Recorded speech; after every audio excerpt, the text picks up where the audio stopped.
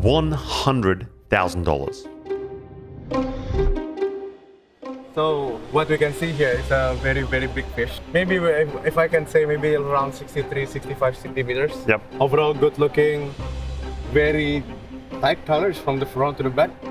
I didn't know it yet, but that exact fish that I was staring at was about to be snapped up by a Chinese buyer for just a stupid amount of money. Because in the eyes of these Chinese buyers, this isn't just a fish. These are living dragons. They bring you wealth, power, status. It's just fortune swimming around in a glass box.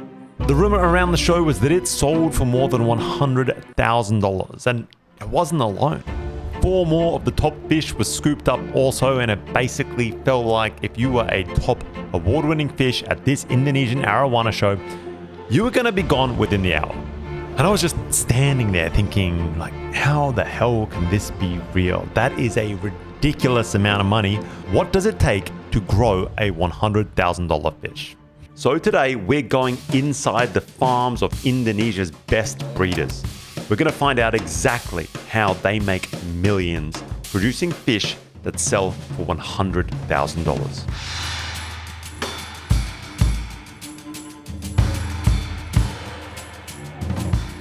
First up, what are we chasing? Here's the standard. A true championship red arowana is a straight up showstopper. First up, the color. You've got this just blood deep crimson that runs all the way to the core of each scale. And you need sheen also, a clean core to rim contrast and a metallic pearling that you can see across the room. Then there's the fins, and length matters here. The hands, as they're called, or pectoral fins, should fan out longer than the head itself, wide, elegant, constantly in motion. It should be like the fish is reaching forward with every glide. And the dorsal and anal fins must mirror each other perfectly, stretching long down the body, balanced and seamless. The tail should be broad, round, razor sharp. No frays, no folds, just a clean, commanding shape that completes that silhouette. And after that, you have the head. Preferably nowadays a slight spoon shape. It's this kind of concave slope, and it leads into a thick torpedo straight body. No humps, no pitched waist, just smooth flowing muscle. And then 6 perfect scale rows should sit flush like armor plating. Every line needs to be dead straight. No chips, no mismatches, and it's got to move with purpose. Pectorals spread, never hovering, never hiding in corners. This thing, it needs to look like it owns the tank. Anything less, that's just pond filler. What we're after is podium material.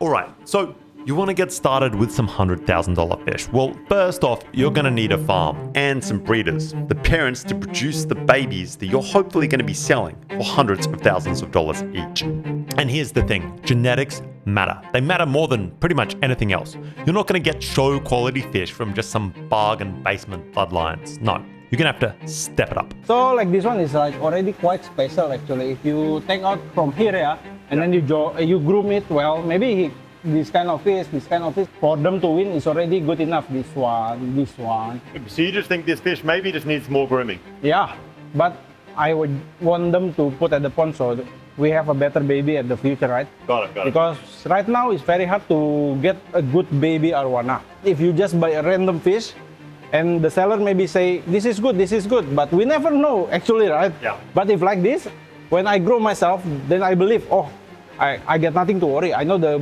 parents. How much would you sell one of these fish for? I don't want to sell, so I never know the price. But like, I don't know, roughly. Roughly, one fish? One fish, maybe around 10K. 10K. Yeah. So that's like, this fish tank is potentially like $100,000. Yeah. If you want to have a very good quality of fish, sometimes we have to go very far, to get the baby. Right. Like this one is I selected 1 per 1 from the competition. Yep. Per fish is usually around 10K. For like a show quality? The cheapest. Cheapest is show 10K, quality. yeah. And so you think that at minimum, each of these fish you could potentially have sold for $10,000? Yeah. Yeah, that's crazy, man. Buy 100 fish. It's not a cheap farm. Each pond needs at least 20 fish. The reason is I don't want the pond to be very crowded. So the reason is every time they mate, they will some sort search for the nest. And if we have too much of a couple, then they don't have a place for nesting and mating, you know. So we only put a little brooder here, only 25. But total, how many brooders do you have? Around 100. 100 brooders? 100, yeah. And how big?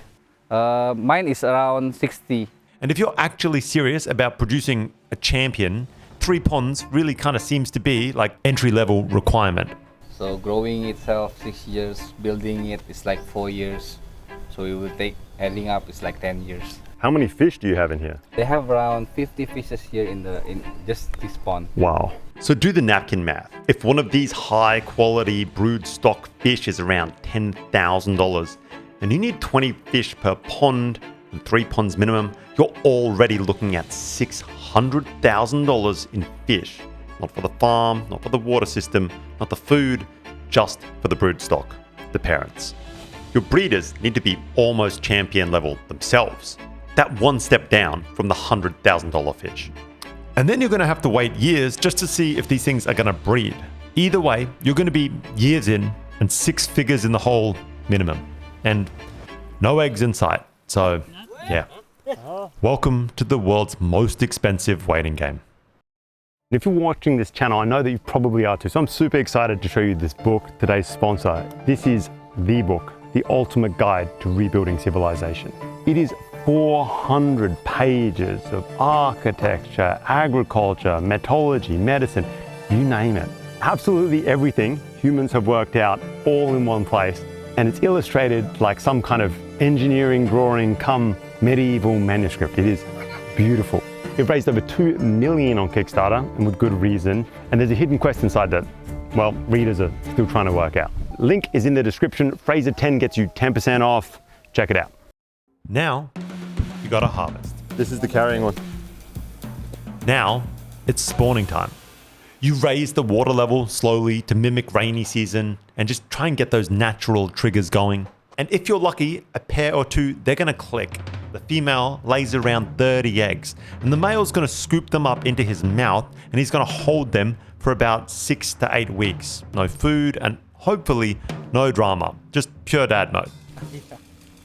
So the chick is like kind of popping out, like because all the eggs is there. Yeah, it's funny. Even I can see it like right away. Hey guys, Mike has jumped in. Essentially, we have this huge net that is like running across the pond. We're just gonna push from one side to the other. There's no fish that can really get out of it. We net the whole pond to one side, and then essentially we're just gonna check all of the super reds that are in this pond, check them out to see if any of them are carrying. That's the hope anyway. Because I guess it's like, you know, if it is, it's a pretty big payday. First, the arowana must be herded into a corner of the pond so that they can be more easily caught and handled. Yeah, they're cornering here on the sides. And yeah, you can really see just that really nice color already on these guys. Just beautiful fish. Absolutely wild. Fish can then be scooped up one by one into a net and manually checked to see if their mouth is holding eggs. See the color and everything. Okay, nice. Bro, beautiful fish. Woo! Beautiful fish. All right, guys, last fish that we have in this pond. I don't think we got anything. No, not this. For sure, not this one. So, that's it. Nothing for the super reds. Time to move on to the silvers. Some of the silver arowana are for sure carrying. And those eggs need to be transferred to an incubator. Alright guys, here's the general gist of it. We have spotted 3 fish that are all carrying. But cannot be 3 because it's only like 1 day old and the fish will die. Yeah. So it's really important that we separate this fish from the rest of them. If we get it mixed up, it means the death of the entire batch. So yeah, the issue, we separated the pond into 2. We ended up with 5 on this side, and it's the one that we want to kind of keep to the side. Trying to work out which one it is again is kind of confusing.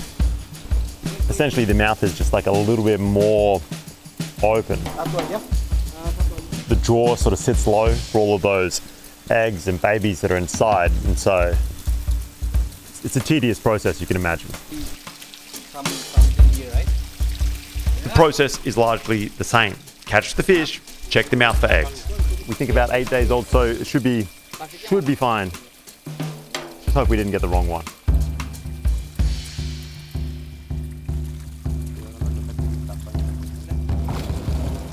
I learned. This one is harder than it looks. Hmm. Okay.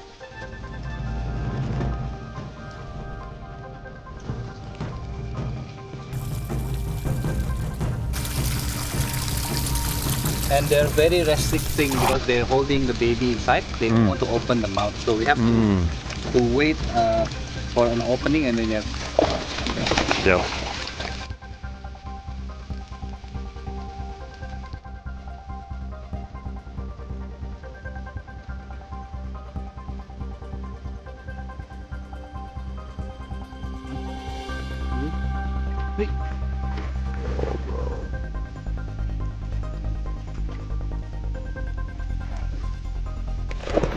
Whoa.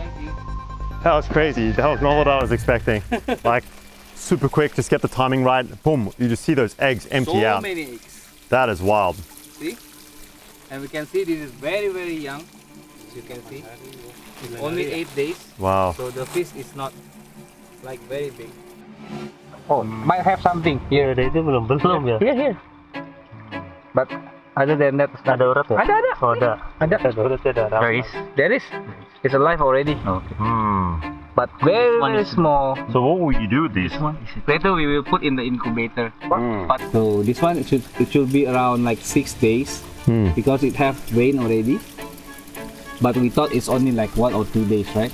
Right. And once the eggs are located, extracted into the bottom of the net, they're transferred to a fish bag and moved to the incubation tank.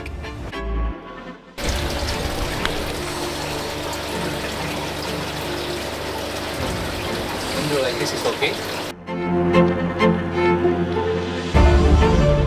The incubator, we put it like this, and then later we use the pump to make a rotation out of the eggs. The reason is that we want to imitate something what's happening inside the mouth of the arowana, because as you know, the arowana is called a bony tongue fish. So when they carry the eggs inside of the mouth, they actually circulate it. So we're trying to make the fish circulate in the incubator. And the problem is if we harvest it too young, some of the fish, the hand or the pedal of the fish might bending up. So when that happens, it's very hard to fix. So we're going to take them home, grow them, or maybe sell them. I your don't know. showroom. Yeah. All right, let's go. Stage 3, the nursery and culling. Champion breeder Hans from Tres Aquatics was kind enough to kind of walk me through the process here. At this stage, it's all about growing the fish out, seeing what you've actually got. And yeah, we're gonna cull. Don't panic. They're just gonna get sold off to some sucker hobbyist, some poor soul who's just merely content with a fish that looks good. They're never gonna know the true joys of just lighting endless stacks of cash on fire, chasing a perfect fish that probably doesn't exist and that you're definitely never gonna be lucky enough to breed anyway. This one maybe around 4 months, 5 months, around that time. By around the 10 centimeter mark, you'll start to get a feel for a batch. And the truth is here that most entire batches, they're probably just not it. But if you're lucky and you get a good batch, you'll maybe be able to spot 10 to 15 standouts that show a little bit of promise. Give me some examples. How can you tell? They all look the same to me. They all look the same to you? Okay. I mean, more or less. Okay. Like, you can see this one maybe. Yeah. This one, the tail is small, not big. You can see the hand also, or this one lah. This one is, the fish is small. The hand is short. And then the tail also not big enough. To Okay, be so find me the best one in this tank. the best one. I think if good enough, maybe this one lah. This one Okay. good enough. And what's so good about it? The tail is quite big, but the tail is not so close enough because you can see the tail is bigger than the others, Yeah. but still not so good. At this stage, you're not looking at color at all. Yeah, not yet. But you can see the potential already, but still Yeah, because some of them have like a bit more of a red tinge than others. Okay, yeah. Oh, you can see it, yeah. Yeah. That's true. So you would think like maybe that guy has more potential. Yes, and then the fish that's more shinier, Yep. it have more potential. And those ones we're going to hang on to. We watch, feed, and we check on the progress, and we keep trimming down from those fish as they grow.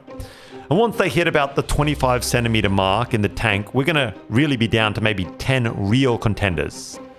So when you are looking for, like, let's say 35 cm, actually this one is 35 cm. So this kind of fish that is like 35 centimeters, it needs a year or so of grow out, but it has immense potential to be a champion. At this point, they're pretty expensive fish. Do you ever sell this kind of fish? How much would you sell something like this for? Okay, let's say if you want to buck, we can sell it maybe around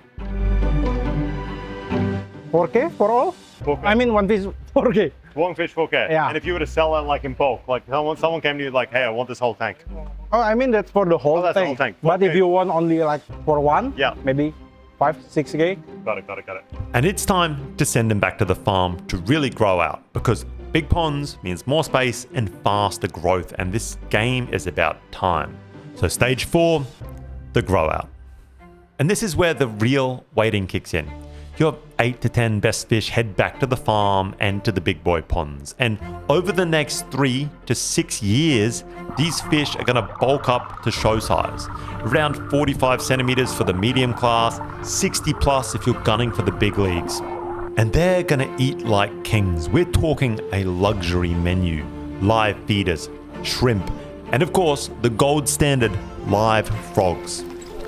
Bro, just the casual eagle guys hanging out, you know, as you do. The goal is just a thick, flawless body, perfect muscle tone, and absolutely zero deformations. How many fish do you have in here? They have around 50 fishes here in just this pond. Wow. No room for mistakes at this stage. And hopefully you do the job right. Man, it's so beautiful in a pond like this. When you see the fish this size. Yeah, very relaxing, right? Hey guys, pretty cool to see it this close and personal. But these fish are like huge. I mean, each of these things, 60, 70 centimeters easily. I've rarely seen arowana this big, and to see an entire pond filled with 50 of them just smashing frogs like that, it's pretty cool to see. And there are a lot of ponds here. This thing is like a brand new setup. You can see that they're just getting started, and this amount of brood stock, that's a lot of money of fish. It's a decent amount of outlay. Like, so how long did you start this farm for? So only for building this, the infrastructure is 4 years. It must be expensive to start a farm like this, no?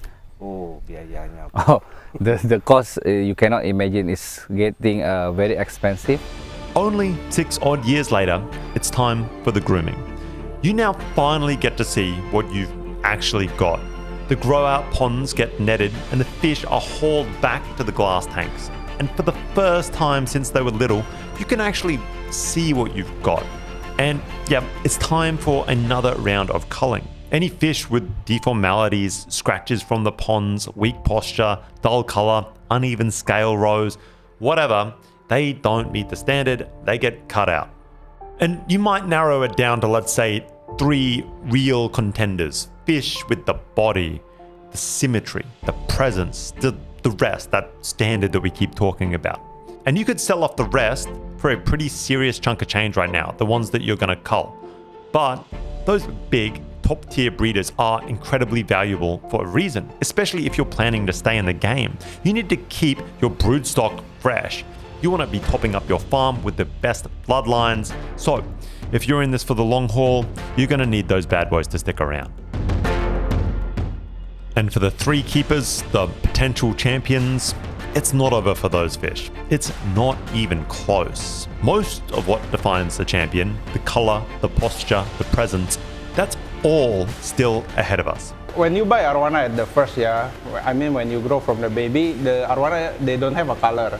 So when you want to start the color, you need to start to grooming it. The way we groom it, that we put like a lamp at the back, we put the lamp at the front, and then we start tanning it. Like human do the tanning to make the color change.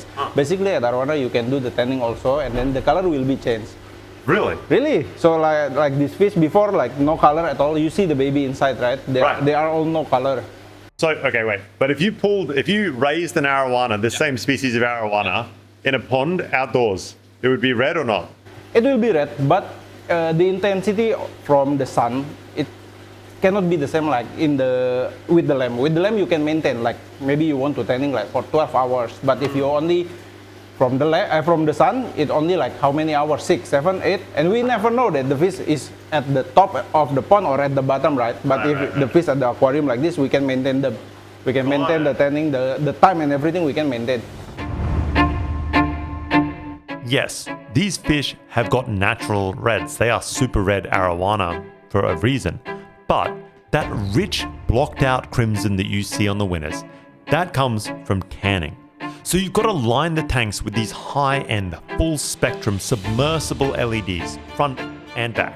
And basically, it's like sunlight on steroids. If a fish truly takes to tanning, it is magic. You get those deep, even reds, that pearlescent shimmer, no pale patches, no washed out tails. When they get the color come out, they will come out very shiny, very beautiful. So that's good. Yeah, very good, very good. But very hard to groom. Yeah. But once it can be like full block, it will be very shiny. So very hard to groom, meaning this might take like 2 years to groom this thing. Maybe more. Wow, Maybe more. that's crazy. But it can go wrong.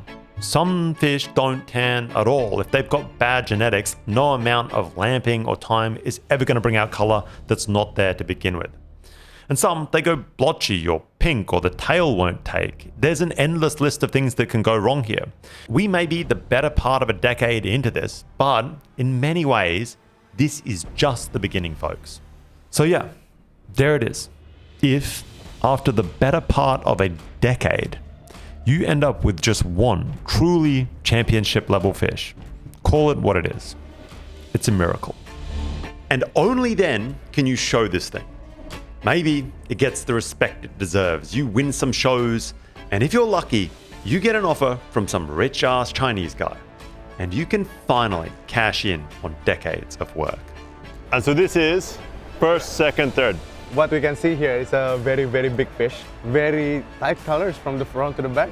But for me, I'm eyeing another fish in this class actually. Which is your favorite? My favorite. Yeah, personally. Because you can see the color is very shiny. Right, more of a shiny Vibrant. and more of a deep red. Yeah, it's very vibrant. And I guess it's lacking for performance in my opinion. Because it's always closing the fins, right? It's not spreading it.